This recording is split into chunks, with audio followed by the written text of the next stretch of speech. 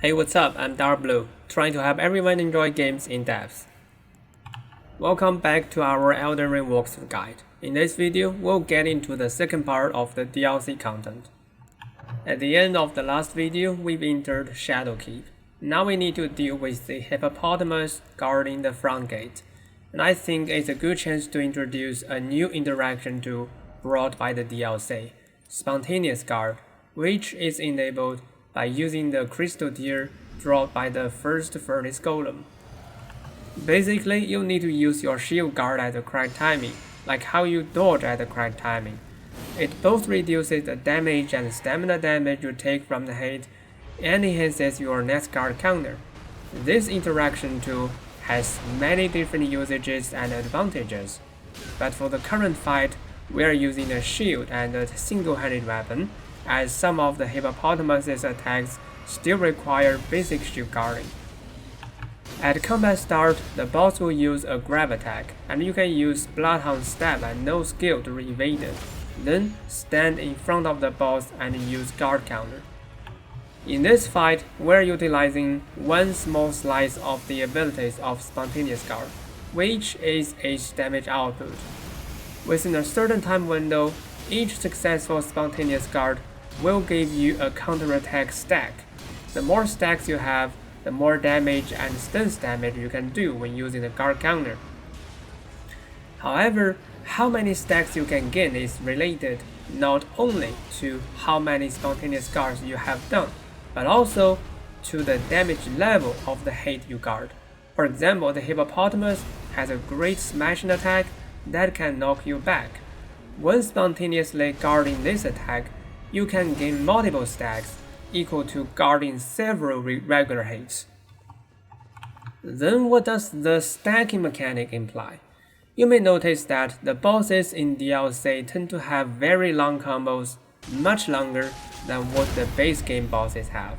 However, after such long combos, the counterattack window is not obviously longer than after short combos. You may wonder how to better exploit such long combos and deal more damage. Now the answer is clear. Spontaneous Guard does allow you to deal more damage with a longer combo since you gain more stacks. After the boss fight, we need to do a base dungeon exploration. There are large enemy crowds, so you want to equip an AoE skill or spell. Finally, you will encounter a Fire Knight. Such enemies can be knocked down by strong damage levels, however there are two special characteristics of them. First, they are highly aggressive when you get near, making it hard to actually land your first giant hunt. And second, they have temporary hyper armor when after being knocked down, making it hard to correctly timing the next giant hunt if you want to stun lock them. So here we are using a different skill, Charging Force, which can only be equipped on polem weapons. On one hand, can start this attack from distance, from afar, before the Fire Knights can turn aggressive, and on the other, it has very dense damage level takes, so it becomes very easy to do the stun locking. Take the elevator to activate the Grace, and then get back to the crossroad and turn left.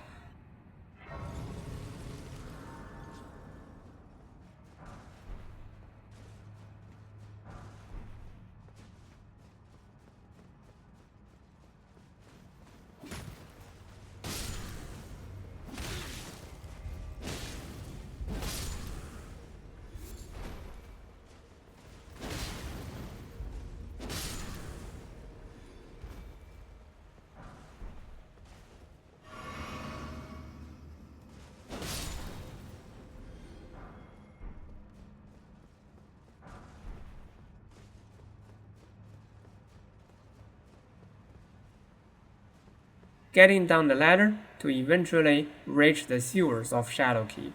This is the starting point for exploring Recluse's River.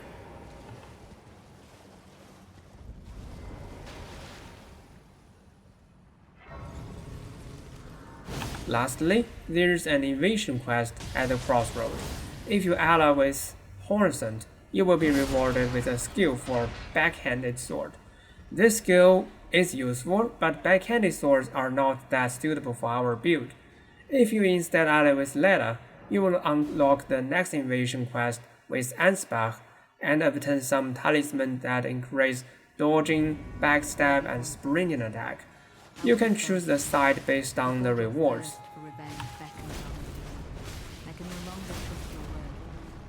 In the end, I knew this day would come. The nature of your kind, I am certain, will always show itself. Given time, interfere not with my business.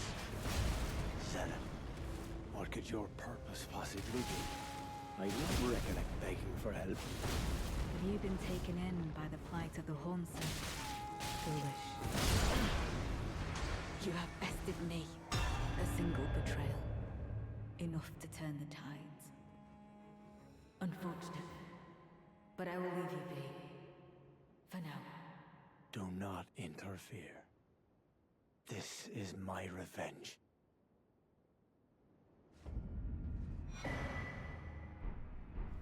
Now let's go explore the storehouse. At the second grace, you can get another fragment.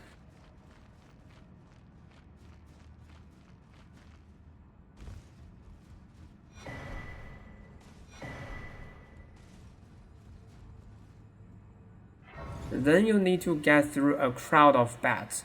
Know that they are flying enemies, so the Earthshaker skill we've been using cannot hit them, implying it's time for giant fireball instead. You will see a detour downstairs, where you can get a quest item for Ansbach's quest.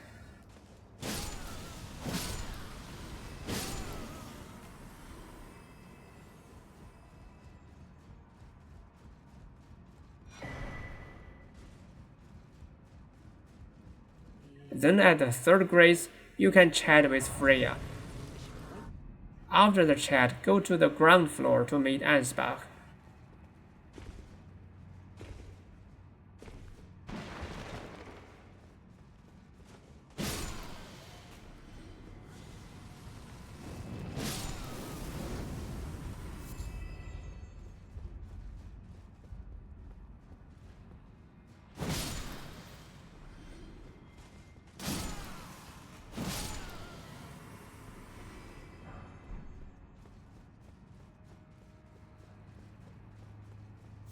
First hand him his own quest item, and then tell him about Freya. Finally, hand the letter to Freya, and this finishes the quest for both of them. What could they implicate? Well, yes, even as if he plans he has. Beggars, I'm afraid one thing is righteous you have given, but I am a war cursed. I could spend the absolute Freya, but she must be a true red. Righteous, could you please, thanks to you, yes. Perhaps this is the... Very truly. From Sir Anne's point, or... Oh, yes. As the festive kind which is fine, I know it would, and certainly endless as befits. Thank you. Give my regard. Tell him to face your... All that Next, activate the lever to rotate the pillar at the center of the room. Then you can jump onto the pillar and reach the end of Shadowkeep, Dark Chamber. Here you can fight Mesmer, but it's not the time yet. We need to explore a lot of other areas before the fight.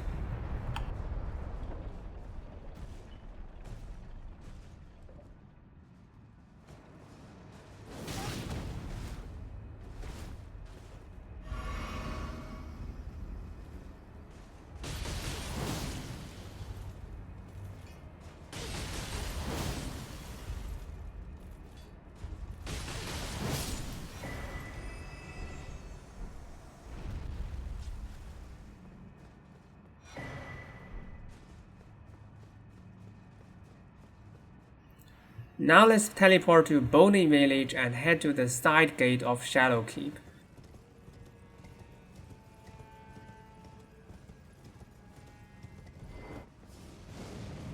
Here you will find a path leading to a hidden area of the storehouse.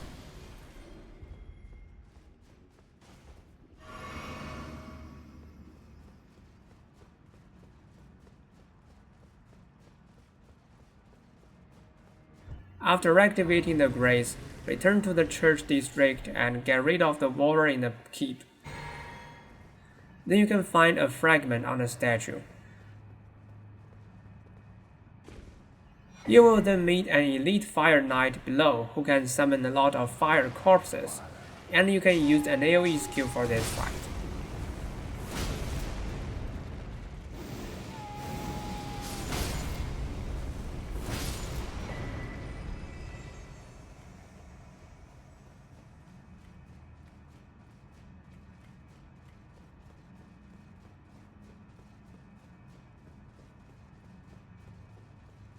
Afterward, go activate the Grace Underground so that you can later come back and fight Avderov's Scatter Tree.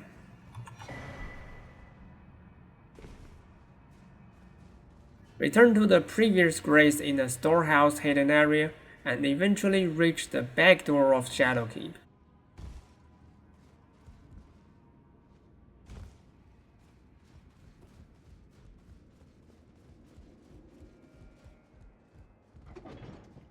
Note that you can find another fragment in the room to your right before the fight against Commander Gaius. The recommended strategy is still Spontaneous Guard because of two reasons. First, it deals decent amount of damage, and two, it can deal with the infamous charging attack of this boss.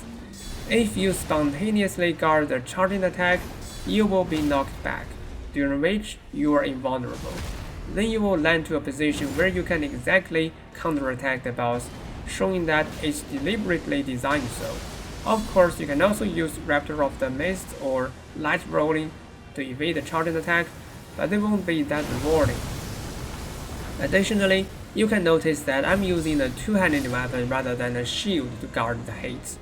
Normally this is not possible because weapons are not so good at guarding. But Spontaneous Guard's ability to reduce damage and stamina damage you take enables such practice. Compared to guarding with a shield, guarding with a two-handed weapon deals significantly more damage and can synergize with the two-handed sword talisman to deal even more damage. If you further add a resolve skill onto the synergy, you get a loadout that deals huge damage. However, you also need to know that Spontaneous Guard is still guard, so if a skill cannot be guarded, it cannot be spontaneously guarded. Certain attacks from Commander Gaius can hit from behind the shield guard, so you have to dodge roll them.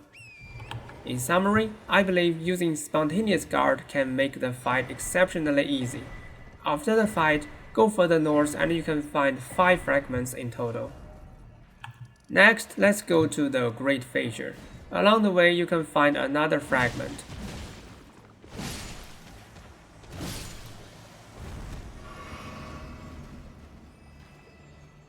Then just follow the path downward and you will meet the boss, Putrescent Knight. It's weak to holy damage but doesn't count as those who live in death, so you cannot one-shot it.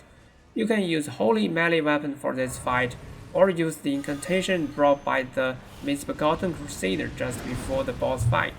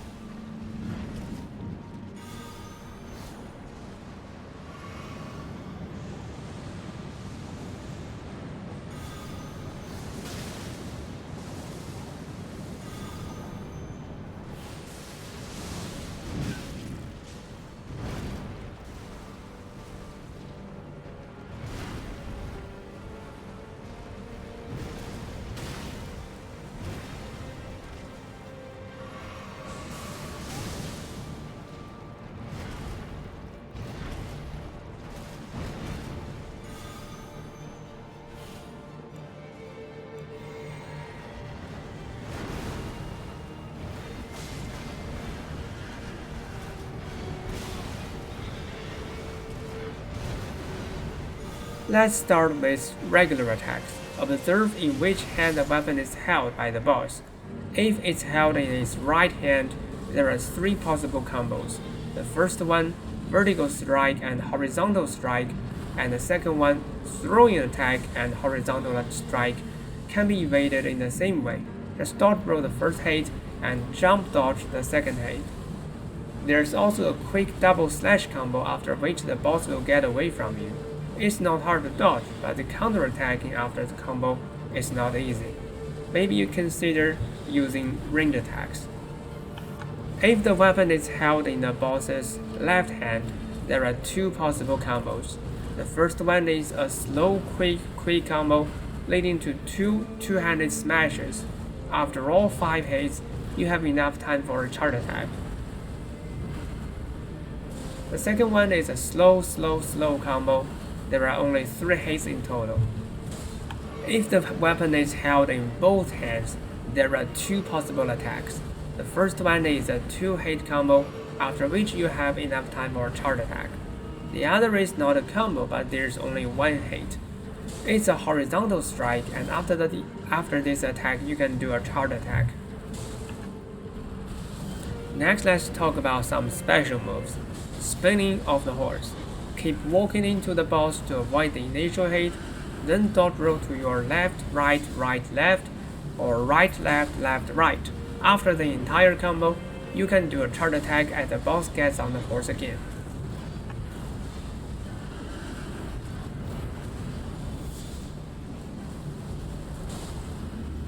The ground fire attacks, used both as phase transition and as a small combo starter at phase 2. These ground fire hits can be jump dodged.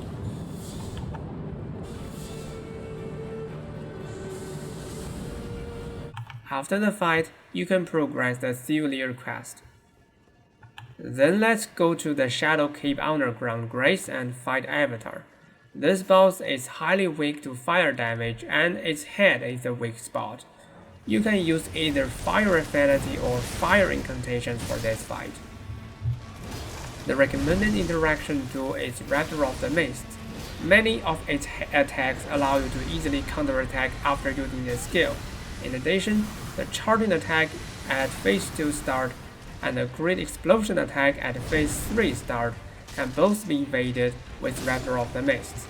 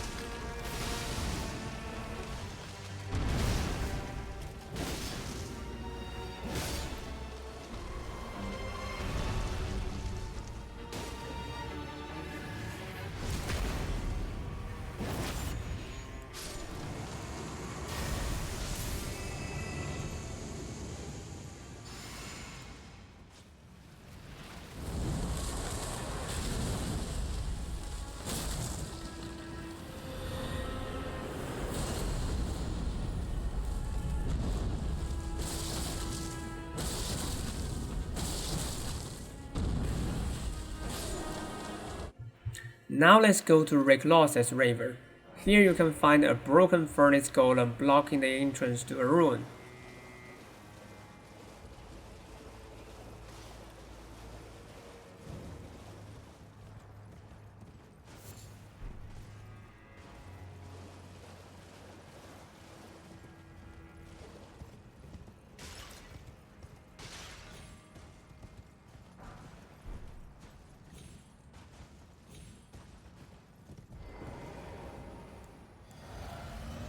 You need to throw a hefty furnace pot into its basket to activate it.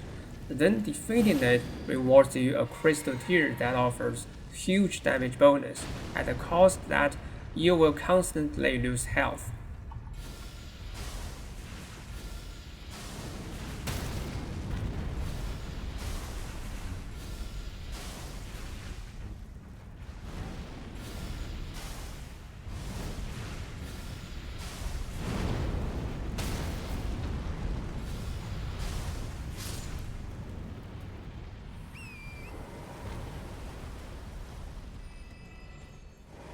Follow the river downward and activate a grace.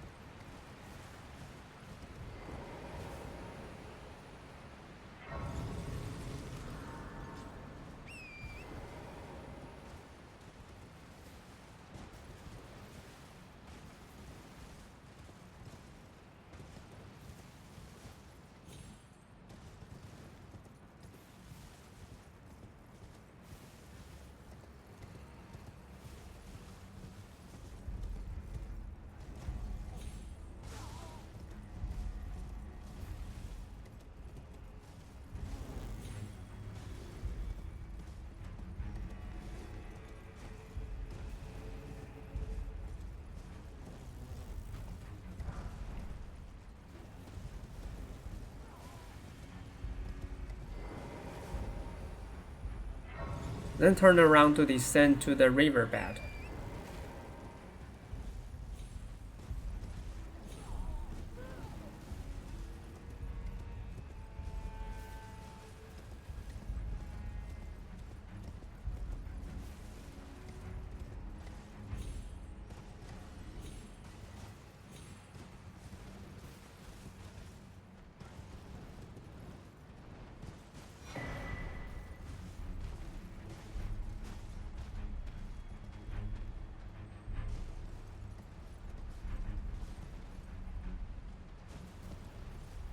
Go upward to find a fragment.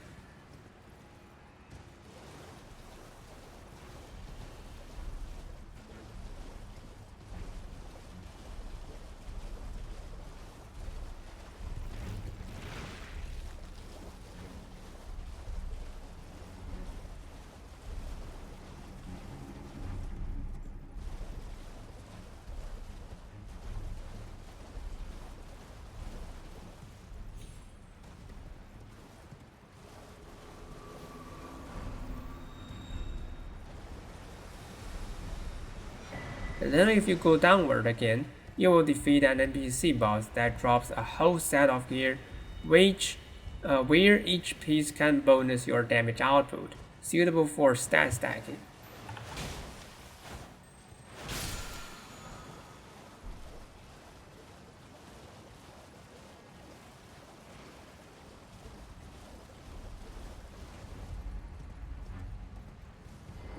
Return to the previous grace and get off the cliff. You can find 2 hippopotamuses, dropping 2 fragments in total.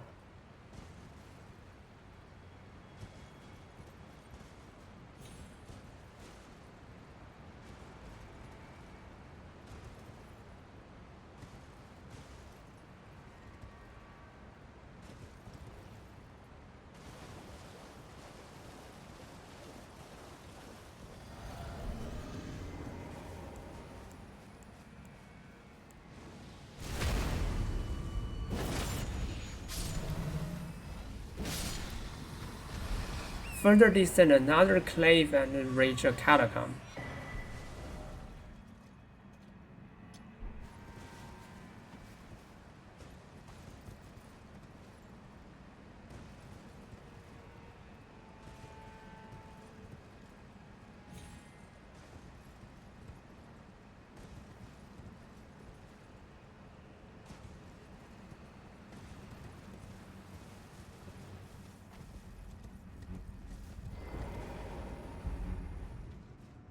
This catacomb contains many hidden paths that require you to check the cliffs carefully. The final boss for this catacomb is Elder Inquisitor. The recommended strategy is stat stacking.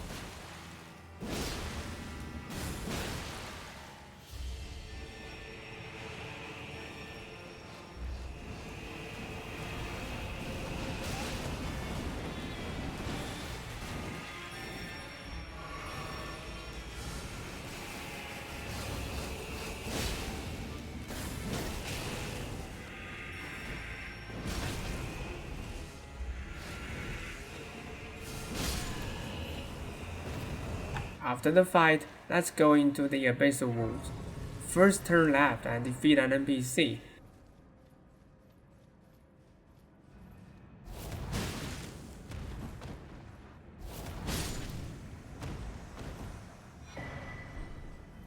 Follow the road forward to reach a church, where you can find 2 fragments.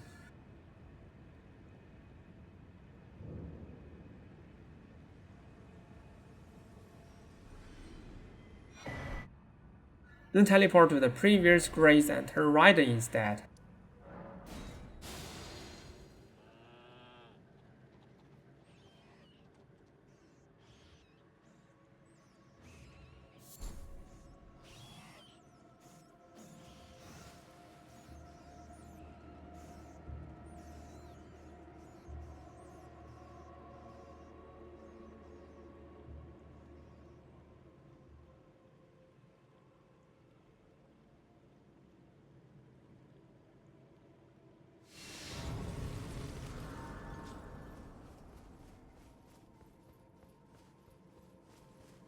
And you will find a valley to your right, where another fragment can be found.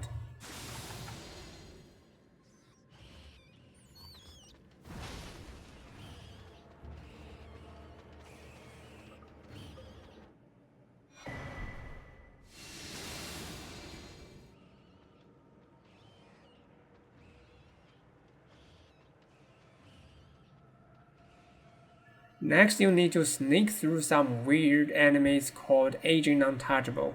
You can use Assassin's Gambit to make the sneaking very easy.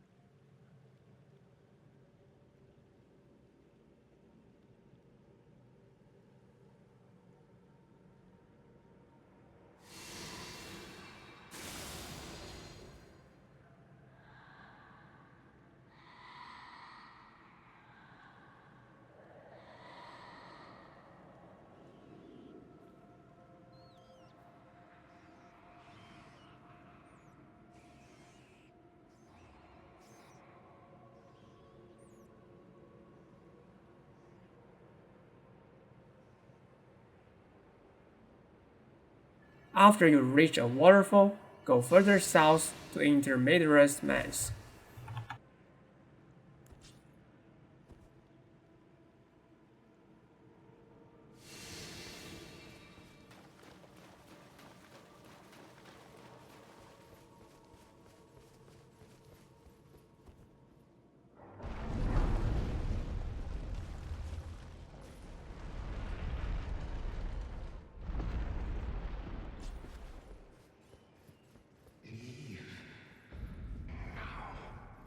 Come no closer.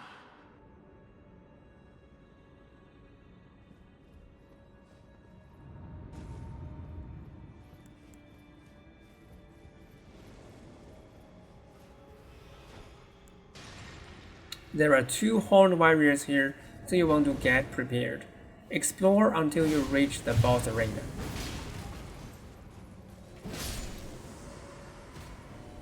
For the next boss, Madara, we can still use Spontaneous Guard, but this time for a different reason.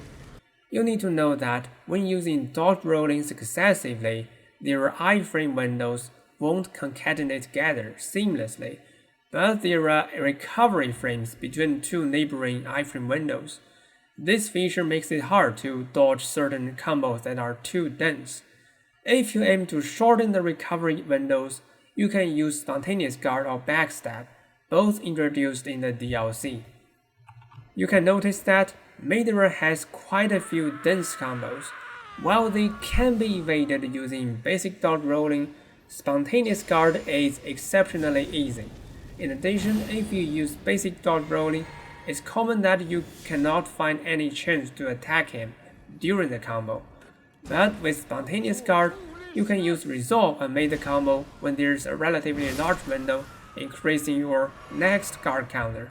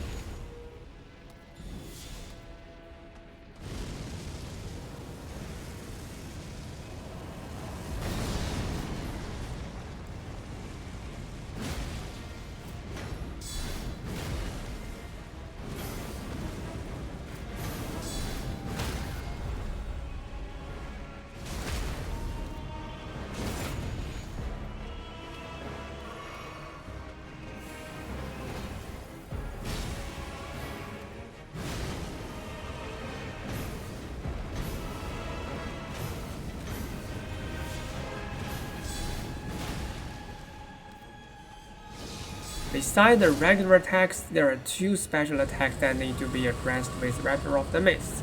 One is the Phase Transition Explosion, and the other is the Head Explosion attack in Phase 2. So you can equip a dagger with Raptor of the Mist on your offhand. Finally, it's time for Mother of Fingers, the last boss in this video. We need to first finish the Finger quest line to unlock this fight. Teleport to the Grace before the Shadow Keep side gate and head south to the Cathedral.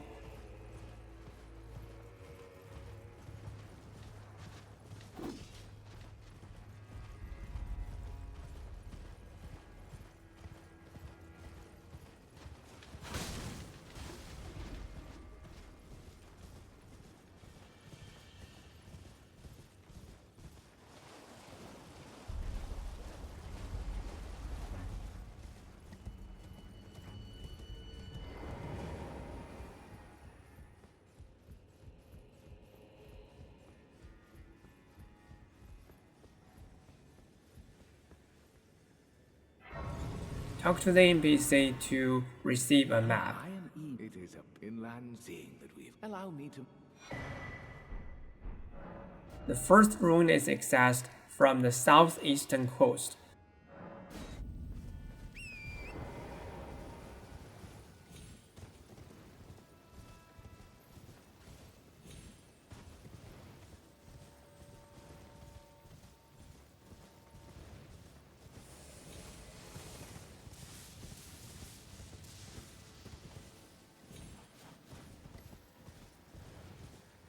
Along the way, you can find a cookbook for Eternal Slate Pot.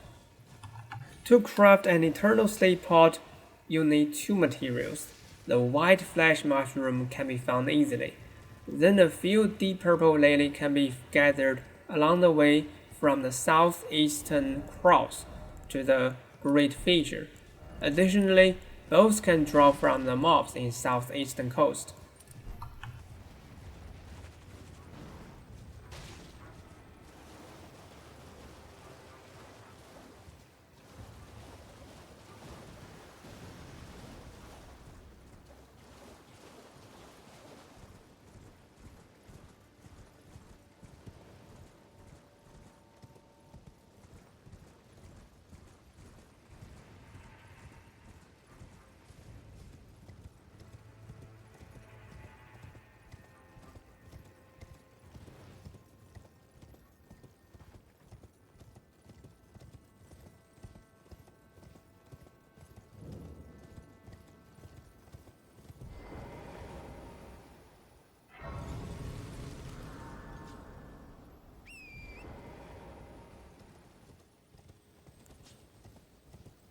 After you reach the first finger ruin, you can notice many foes guarding it. You can use Assassin's Gambit and avoid taking the middle path. This will make the sneaking easier.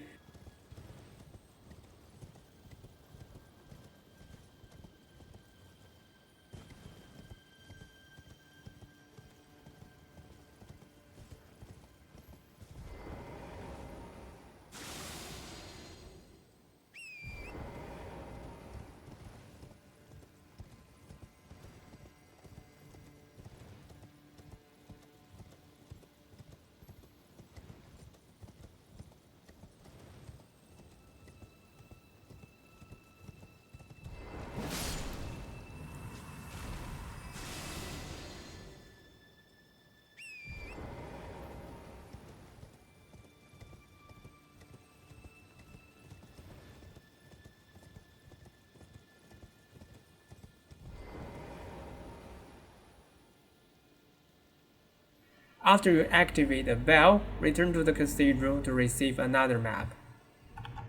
This time you'll need to teleport to the small chamber before the Commander Gaia's fight and turn right. Before the statue, use the gesture Old Mother to activate the statue and reveal a hidden path. This gesture was previously looted from Bowling Village in the last video. There are 2 tree sentinels behind the path. Then you can find a talisman that increases your holy resistance in Shaman Village.